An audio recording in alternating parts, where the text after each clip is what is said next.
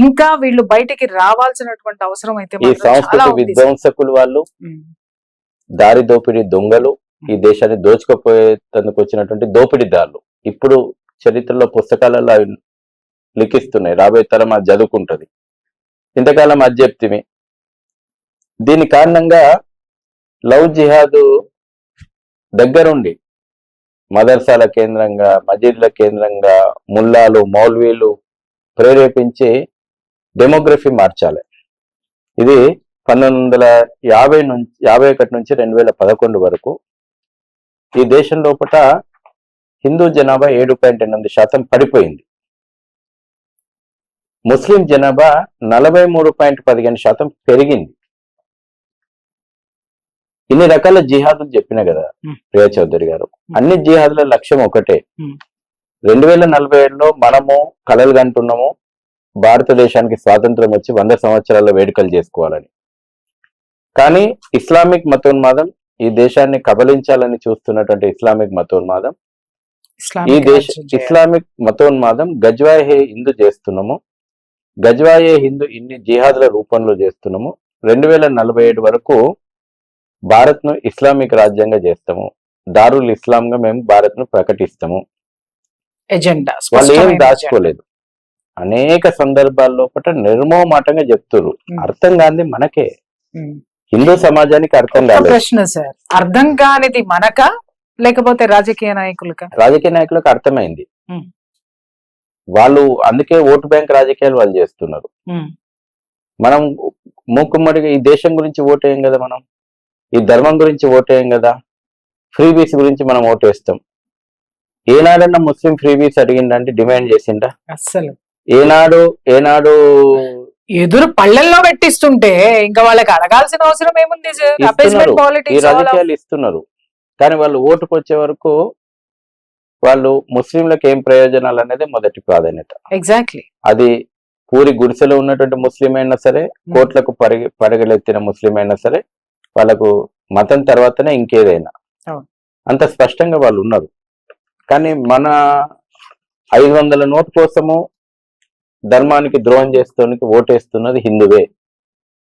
నిర్మోహమాటంగా చెప్పుకోవాలి. ఒక్క విషయం అడుగుతాను సార్, ఇప్పుడు ఈ హిందువుల్ని సంఘటితం ఎందుకు చేయలేకపోయాం సార్ ఇన్ని సంవత్సరాల నుంచి? ఇప్పుడు వీళ్ళు మతం మీద బ్రతికారు అని మాట్లాడుతున్నారు. ఇన్ని సంవత్సరాల నుంచి ఎందుకు చేయలేదంటే, ఇన్ని సంవత్సరాల నుంచి చరిత్ర రాసడం కమ్యూనిస్టుల చేతుల్నే, విద్యాశాఖ మతోన్మాదుల చేతుల్నే, మీడియా మత ఉన్మాదుల చేతుల్నే, ఈ దేశ వ్యతిరేక చేతుల్లో పట్నే ఉంది. కాబట్టి ఎంత చెప్పినా కింది వరకు సమాచారం మనం తీసుకోలేకపోయినాం. అయినప్పటికీ ఈ దేశం లోపల అనేక మఠాలు, పీఠాలు, సంస్థలు, వ్యక్తులు తమ జీవితాలు అర్పించి సమాజాన్ని ఎప్పటికప్పుడు చైతన్యం చేశారు. కాబట్టి 1000 ఏళ్ల దాడుల తర్వాత మనం ఇవాళ నిలబడి ఉన్నాం. ప్రపంచంలో ఇంకెవరికి లేదు ఈ చరిత్ర. హిందువుకున్న చరిత్ర ప్రపంచంలో ఇంకెవరికి లేదు. మనం మాత్రమే నిలబడి ఉన్నాం. వాస్తవం. ఇది ఎప్పటికప్పుడు చైతన్యవంతం అయింది. ఇరాన్ చరిత్ర చూస్తున్నాం, ఇజ్రాయెల్ చరిత్ర చూస్తున్నాం, పాలస్తీనా చరిత్ర చూస్తున్నాం. ఇవన్నీ కూడా మార్చబడినటువంటి ఇస్లామిక్ దేశాలు కదా. కాబట్టి మనకున్న చరిత్ర గొప్ప, హిందువుకున్న చరిత్ర ప్రపంచంలో ఇంకొకరికి లేదు. అది పోరాటం చేసిన చరిత్ర అయినా, త్యాగం చేసిన చరిత్ర అయినా, బలిదానం చేసిన చరిత్ర అయినా, కత్తికి కత్తి, కన్నుకు కన్ను, పన్నుకు పన్ను చరిత్ర అయినా హిందువుదే గొప్పదైన చరిత్ర. కాబట్టి వాళ్ళ మీరు నేను హిందువుగా ఉన్నాం. లేకపోతే మనం హిందువులుగా ఉండకపోతుంటే. అనేక మంది మహనీయులు పోరాటం చేశారు. కాలక్రమంలో కూడా కొంత చీకటి కాలం నడిచింది. ఈ చీకటి కాలం ఇప్పుడు మళ్ళీ తొలగిపోతుంది. స్వాతంత్ర భారతదేశం లోపల ఈ సోకాల్డ్ గాంధీ నెహ్రూ కుటుంబం చీకటి కాలాన్ని నడిపించింది. ఈ రోజున ముసుగు తొలుగుతుంది. మనలాంటి ఛానళ్ళు, ఒకప్పుడు చర్చ ఉండేదా? లేదు సార్. ఇవాళ మెయిన్ స్ట్రీమ్ మీడియా కూడా కొన్ని ఇష్యూస్ చర్చ పెట్టాల్సిన పరిస్థితి. ఎందుకంటే ఇవాళ అనేక జాతీయవాద ఛానళ్ళు, వ్యక్తులు ముందుకు వచ్చి చరిత్రను చరిత్రగా చూస్తున్నారు.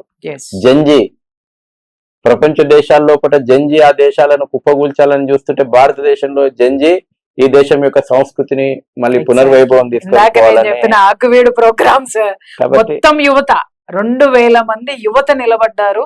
దాంట్లో అధిక భాగము ఎస్సీ పిల్లలు నిలబడ్డారు సార్. నేను ఎంత గర్వపడ్డానో నేను చెప్పలేదు. అంటే యోధులు అసలు తయారు కాపాడుతున్నారు కదా సార్, యోధులు నిద్రలేస్తున్నారు, వాళ్ళ బాధ్యత తెలుసుకున్నారు అని చాలా సంతోషం వేసింది అనమాట. కాబట్టి జంజీ ఈ దేశం యొక్క మూలాలను ఎత్తుకుతుంది, వెలికి తీస్తుంది, గొప్పతనాన్ని చెప్తుంది. మొన్న నేను రాత్రి 11 గంటలకు వనస్థలిపురం పోలీస్ స్టేషన్ నుంచి ఫోన్ వస్తే వెళ్ళిన ఒక లవ్ జిహాద్ కేసు లోపల. నేను ఎందుకు వెళ్ళినా అంటే అక్కడికి మా కార్యకర్తలు ఉన్నారు, పోలీసులు కేసు నమోదు చేస్తున్నారు, జరగాల్సిన పనులన్నీ జరుగుతున్నాయి. ఆ రాత్రి నేను 11 గంటలకు ఎందుకు పోయినా అంటే ఈ మధ్యన భజన్ మండలు స్టార్ట్ అయినాయి జంజీ. హనుమాన్ దేవాలయాలలో భజన్ క్లబ్స్ స్టార్ట్ అయినాయి.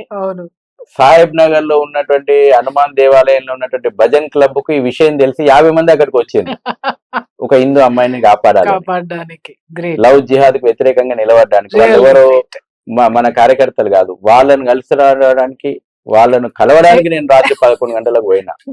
కాబట్టి రాబోయే రోజుల్లో మనలో ఇంకా పెరుగుతుంది, ప్రతి దేవాలయం శక్తి కేంద్రం అవుతుంది. సూపర్.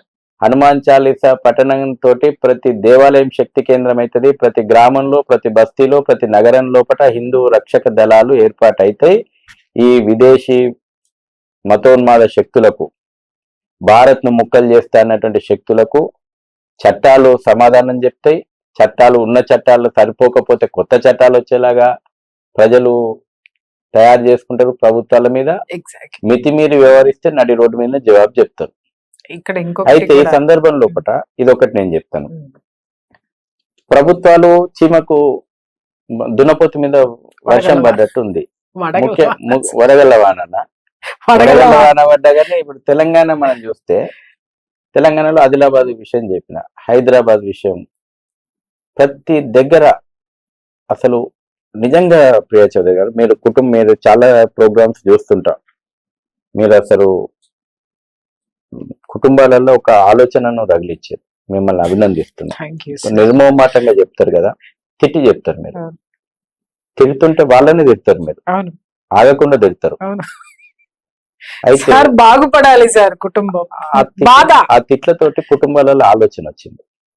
ఇప్పుడు ఆలోచన చేస్తారు మేము ఎక్కడ తప్పు చేస్తున్నామని. ఈ రోజున తెలంగాణ లోపల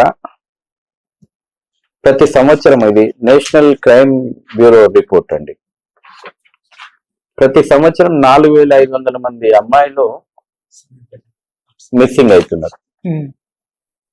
నేషనల్ క్రైమ్ బ్యూరో రిపోర్ట్ ఇది. సుమారు 28,000 మంది అమ్మాయిలు ఆచూకీ తెలియదు. లవ్ జిహాద్ ఏ స్థాయిలో జరుగుతుందో మనం ఆలోచన చేయాలి. కాబట్టి ప్రతి కుటుంబంలో ఒకటి అవేర్నెస్ తేవాలి. మనం పిల్లలకు ఏం జరుగుతుంది చర్చ జరగాలి, వాళ్ళతోటి స్నేహితులుగా మనం మాట్లాడాలి. లేకపోతే మన కళ్ళ ముందర మనం పెంచుకున్నటువంటి పిల్లలు దుష్ట శక్తులకు బలైతుంటే కారణం మనం పిల్లలతోటి చర్చించకపోవడం కారణం కాకూడదు.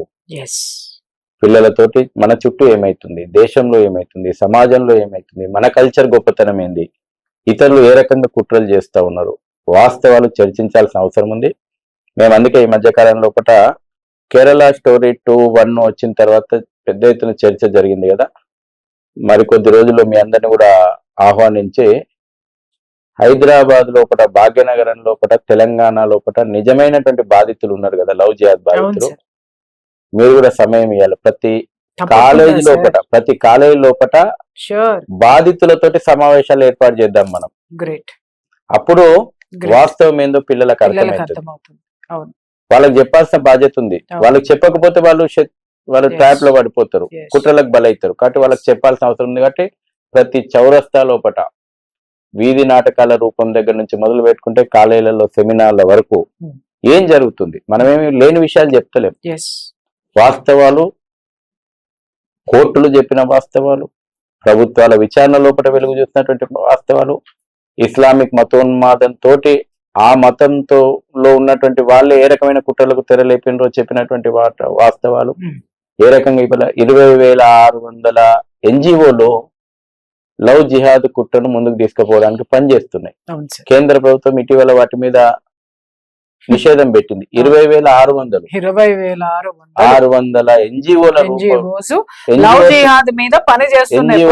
ముసుగు లోపట లవ్ జిహాద్ అనేటువంటి కుట్రను కొనసాగిస్తున్నాయి. PFI, SDPI లాంటి నిషేధిత సంస్థలు ఎన్జిఓల రూపంలో పనిచేస్తున్నటువంటి సంస్థలు, విదేశాల నుంచి నిధులు. TCS లో ఏమైందంటే 18 లక్షల ట్రాన్సాక్షన్ అయింది. ఎస్ సార్, అకౌంట్స్ లో సేమ్ వాళ్ళ అకౌంట్స్ లోనే 18 లక్షలు ట్రాన్సాక్షన్ అయింది. అట్లా అనేక ఉదాహరణలు ఉన్నాయి. చెంగూరు బాబా కేసు. ఏంటి సార్, క్షత్రియ ఆడపిల్లకి ఇంత రేటు, తర్వాత వైశ్యాస్కి ఆడపిల్లకి ఇంత రేటు, బ్రాహ్మణ ఆడపిల్లకి ఇంత రేటు, SC ఆడపిల్లకి ఇంత రేటు. ఏమవుతుంది సార్ మన దేశము? మన స్త్రీ ఎంత గొప్పది సార్, ఆది పరాశక్తి. భారత స్త్రీ అని మన ఆది పరాశక్తితో పోల్చుకున్నటువంటి ఆ శక్తి ఈ పిల్లల్లో ఎక్కడికి పోయింది అంటే, మీరన్నట్టు ఆ శక్తిని మనం నిర్వీర్యం చేసేసాం సార్, వాళ్ళకు గుర్తు చేయకుండా. ఒకటి, దీని పరిష్కారం కూడా భారతీయ మహిళ చేతుల్లో ఉంది. దీని పరిష్కారం కూడా భారతీయ మహిళ చేతుల్లోనే ఉంది. భారతీయ మహిళ పాత్ర గురించి ఈ సందర్భంగా చెప్పుకోవాలి. వేల సంవత్సరాలుగా ఈ దేశం మీద జరిగినటువంటి ఇస్లామిక్ మతోన్మాదాన్ని ఎదిరించి పోరాడడం లోపల వీరులను తయారు చేసింది, వీరులను కన్నది, వీరులను తీర్చిదిద్దింది. అవసరం అనుకుంటే కత్తిపట్టి కథన రంగంలో దూకింది భారతీయ హిందూ మహిళ. కాబట్టి ఈ దేశం సంస్కృతికి మూల బిందువు, మూలాధారము, వెన్నుముక భారతీయ మహిళ. కాబట్టి అమ్మలు ముందుకు వచ్చి ఈ ఉద్యమాన్ని ముందుకు తీసుకుపోవాలి. ప్రతి ఇంటి నుంచి అమ్మ కదలాల్సినటువంటి అవసరం ఉంది. మాలాంటి సంస్థలు పూర్తిగా మేము వెనకాల ఉంటాము. అమ్మ ముందుకు కదులుతూనే భవిష్యత్తు భారతం ఉంటుంది. వాస్తవం సార్, ఎందుకంటే శక్తి, కుటుంబానికి మూల శక్తి అమ్మ. ఆ అమ్మ చైతన్యం అయితే, ఆ అమ్మ ఎడ్యుకేట్ అయితే కుటుంబం మొత్తం బాగుపడుతుంది సార్. ఈరోజు మనం చూస్తూ ఉన్నాం అనేక రూపాల లోపల, నేను చెప్పిన కార్టూన్ షోల దగ్గర మొదలుపెట్టిన అనేక రూపాల లోపల జిహాద్ నడుస్తూ ఉంది. వీటి నుంచి చైతన్యం సమాజానికి అమ్మనే కలిపేయగలుగుతుంది. పిల్లలు రాబోయే రోజుల లోపల ఇప్పుడు రాజకీయాలు కూడా ఈ మతోన్మాదాన్ని పెంచి పోషిస్తూ ఉన్నాయి. కఠినమైనటువంటి చట్టాలు తీసుకోవడం లోపల తెలంగాణ ప్రభుత్వం ఎందుకు ఆలోచన చేస్తుంది? ఆడపిల్లల భవిష్యత్తు కాదా? ఇంకోటి, ఈ మధ్య లోపల ఈ స్కూటీ అనే ఒక స్కీమ్ తీసుకొస్తుంది. ఈ స్కూటీలు 10th క్లాస్ పాస్ అయినటువంటి ముస్లిం యువకులకు ఇస్తారట, సబ్సిడీ మీద ఇస్తారట. ఎందుకు సార్? లవ్ జిహాద్ ఫ్రీగా చేయనీకి, వెనక కూర్చోబెట్టుకొని తిరగడానికి. ఇవాళ అనేక రూపాల లోపల ఇవాళ మనకు మీరు చూడండి, మ్యాన్ పవర్ ఎక్కడెక్కడ అయితే అవసరం ఉందో అక్కడ ఈ జిహాదీ శక్తులు చొరబడ్డాయి. అది నిత్యావసర వస్తువులు ముడిపడి ఉన్నటువంటి ప్రతి రంగం ఇవాళ జిహాదీ శక్తుల చేతుల్లో ఇవాళ ఎలక్ట్రిసిటీ రిపేర్ కోసం వచ్చి లవ్ జిహాద్ కు పాల్పడ్డ కేసులు, AC రిపేర్ కు వచ్చి లవ్ జిహాద్ చేసినటువంటి కేసులు, తర్వాత జిమ్ కోచింగ్ పోతే లేకపోతే వెహికల్ రిపేర్ కి ఇస్తే లవ్ జిహాద్లకు పాల్పడ్డటువంటి ఆటో డ్రైవర్ల దగ్గర నుంచి సార్. కాబట్టి రోజు ఎవ్రీడే కాలేజ్ కి ఆటోలో తీసుకెళ్లేటటువంటి ఆటో డ్రైవర్లు కూడా మీరు రెహమత్ నగర్ ఏరియాలో చూడండి, అక్కడ పాగా వేస్తారనమాట వీళ్ళు. ఆటో డ్రైవర్స్ సార్, వీళ్ళే ఉన్నారు. ఆడపిల్లలతో TCS లో వెలుగు చూసినటువంటి అంశం ఏంటంటే, చాలా మంది పెద్ద పెద్ద జిహాదీ శక్తులు ఎట్లా టార్గెట్ చేస్తున్నాయంటే, ఉన్నతమైనటువంటి పొజిషన్ లో ఉన్నటువంటి వాళ్ళ పిల్లలను పకడ్బందీగా ట్రాప్ చేస్తున్నారు. అది బ్యూరోక్రసీలో ఉన్నటువంటి వాళ్ళ కూతుర్లను, వ్యాపార రంగంలో ఉన్నటువంటి కూతుర్లను, రాజకీయ రంగంలో ప్రముఖులైనటువంటి కూతుర్లు ఎవరైనా ఉంటే అంటే కేవలం ఇప్పుడు TCS లో వెలుగు చూసింది వాళ్ళ పేదరికాన్ని ఆసరాగా చేసుకొని వాళ్ళకి ప్రమోషన్లు ఇస్తామని చెప్పి, లేకపోతే ఇంక్రిమెంట్స్ ఇస్తామని చెప్పి, లేకపోతే మీరు మతం మారకపోతే మీకు ఇవన్నీ ఇవ్వమని చెప్పి వాళ్ళ బలహీనతల మీద ఆడిన విషక్రీడ. వాళ్ళందరికీ కూడా ఎకనామికల్ దీని మీదే దెబ్బ. అది ఒక కోణము. మరో కోణము, ఈ రకంగా సమాజంలో ఎవరైతే ఇంపార్టెంట్ కీ పొజిషన్ లో ఉంటారో చాలా మంది బయటికి చెప్పుకుంటలేరు. బాధితులలో వ్యాపారవేత్తలు ఉన్నారు, బాధితులలో పెద్ద పెద్ద పొజిషన్ లో ఉన్నటువంటి బ్యూరోక్రసీలో ఉన్నటువంటి పోలీస్ ఆఫీసర్లు, IAS నా దగ్గర బోల్డ్ కేసులు ఉన్నాయి సార్. వాళ్ళు ఫోన్ చేసి నాకు షాక్, సార్ ఇదేంటి మీరు నాకు ఫోన్ చేస్తున్నారు అంటే, ప్రియా ఐఎమ్ హెల్ప్లెస్, బాధితులు మీరు రండి, ఫస్ట్ బాధితుల లోపల రాజకీయ నాయకుల పిల్లలు ఉన్నారు పిల్లలు ఉన్నారు.